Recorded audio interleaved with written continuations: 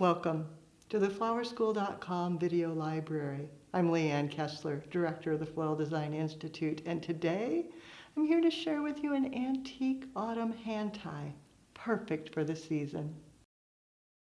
People often ask me, where do you get your inspiration? Sometimes it's from a flower, maybe a specific bloom.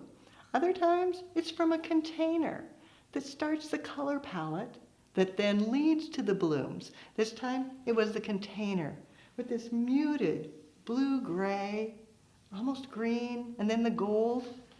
But it's wonderful for the different varieties of eucalyptus that are available to us now.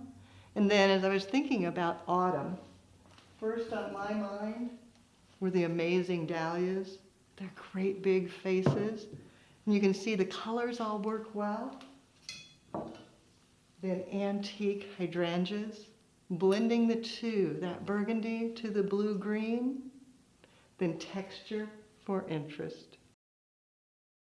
When you're working with a dramatic bloom like the dahlia that's so big, and their stems, kind of large too, oftentimes it's best to go ahead and begin with those. Thinking about shadowing one right below the other, and tucking them together in your hands, adjusting until you find how their stems line up the best. You can just kind of move them around. That's the beauty of a hand tie. You can adjust as you go. Then when you've got it where you want it, start adding in the additional blooms. Maybe it's one of the hydrangeas, bringing it in at an angle. Maybe you want the smokebush, adding it in at an angle, and then turning. A rose, going to a little brighter, maybe two, because they're smaller. Another smoke bush, and giving it a turn. And everything I do, I angle as I place it in my hands. So maybe yet another of the hydrangea, angled, and a mini carnation. Maybe another. And then turning, thinking about what I previously used, the smoke bush.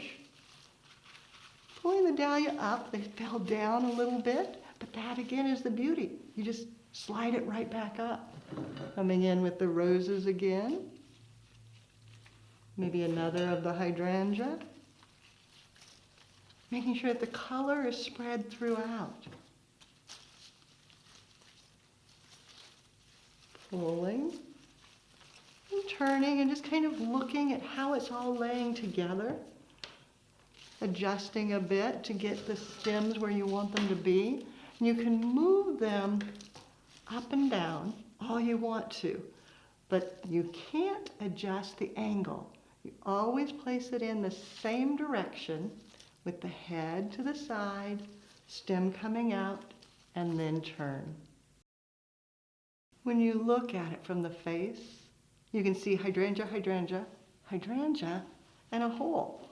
So coming back, filling in that hole, adding a little more smoke bush, maybe another rose or two. And then turning and thinking about texture, adding interest.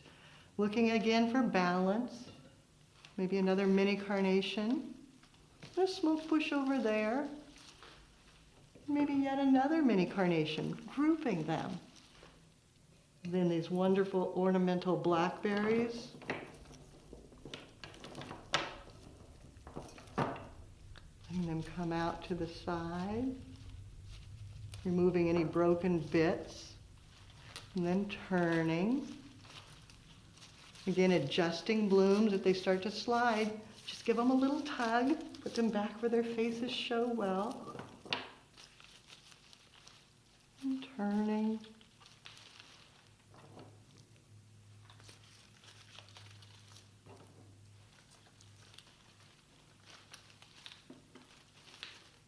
Balancing out the colors and the placement.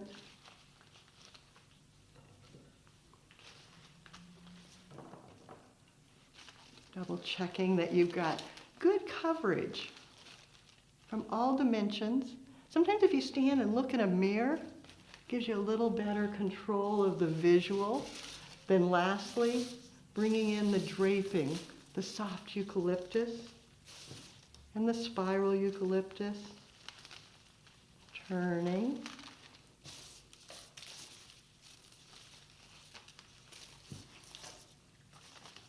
And you can see it adds a softness to the finished bouquet just by bringing that movement that trails and drapes.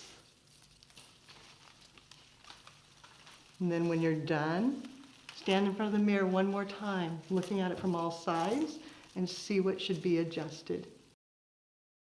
When you're happy with the placement and the balance, using vine wire or raffia or a zip tie.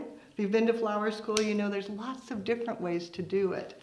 Hold it with one finger, then hold it upside down and wrap above your hands snugly. This is what holds it all together. Go around 2 or 3 times. And do one more.